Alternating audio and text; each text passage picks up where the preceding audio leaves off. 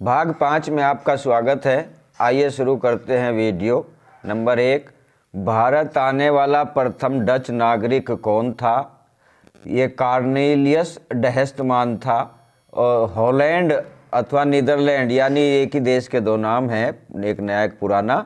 यहाँ के मूल निवासी डच कहलाते हैं। हॉलैंड के मूल निवासी डच कहलाते हैं, नीदरलैंड के मूल निवासी डच कहलाते हैं। नंबर 2, किसके समय डच विद्रोह करके स्पेन से स्वतंत्र हुए? ये पहले स्पेन के अधीन थे, इसके गुलाम थे, तो फिलिप द्वितीय के समय आज़ाद हुए। डच कंपनी की स्थापना कब हुई? 20 मार्च 1602 को हुई। और इंग्लिश कंपनी की स्थापना 31 दिसंबर 1600 को हुई थी। डच कंपनी क्या कहलाती थी? इस कंपनी का नाम था वेरिंग दे ओस्ट इंडीसे कंपनी, VOC शॉर्ट में से कहा जाता था। और ये संयुक्त पूंजी कंपनी थी। प्रथम संयुक्त पूंजी कंपनी थी Dutch company. Number next, Dutch company की कुल प्रारंभिक पूंजी कितनी थी? 65 लाख गिल्डर। ये पैसा वहाँ की मुद्रा थी गिल्डर। 65 लाख गिल्डर में बनाई गई थी कंपनी। नंबर 7, वह डच पर्यटक जिसने अपनी पुस्तक रिमास्ट्री में जहांगीर के काल का मूल्यवान विवरण दिया है, फ्रांसिस्को पेलसर्ट था।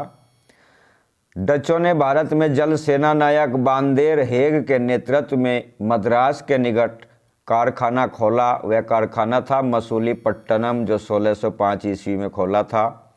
डच किस कोठी में शराब निर्माण करते थे? इनकी शराब बहुत फेमस थी और ये आगरा की अपनी कोठी में कारखाने में शराब का निर्माण किया करते थे।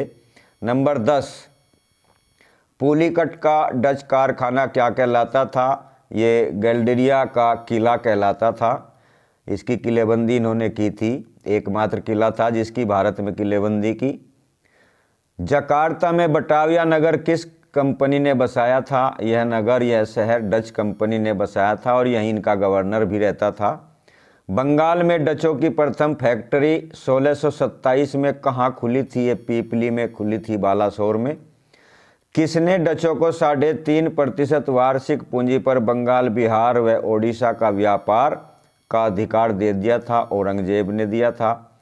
और 1717 में अंग्रेज़ों को फर्रुखसियर ने दिया था, डचों को औरंगजेब ने दिया था 3.5 के भाव में। नंबर 14, डचों को 2.5% कर का फरमान किसने दिया था? फर्रुखसियर ने दिया था। इसी ने अंग्रेज़ों को फरमान भी दिया था। श्रीलंका से पुर्तगालियों को किसने भगा दिया था? डचों ने भगाया। 1623 में अम्बोयना हत्याकांड बहुत फेमस है हिस्ट्री में। ये किसने किया? जिसमें 10 अंग्रेज व 8 जापानियों की हत्या कर दी गई थी। ये डचों ने किया और बाद में इसका हर्जाना भी उनको देना पड़ा था। नंबर 17, डच व अंग्रेज किस पंथ के अनुयायी थे? ये प्रोटेस्टेंट थे। बहुत इम्पोर्टेंट है, कई बार इनके पंथ पूछे जाते हैं, धर्म पूछे जाते हैं। स्पेन व पुर्तगाली किस विचारधारा के थे? कैथोलिक।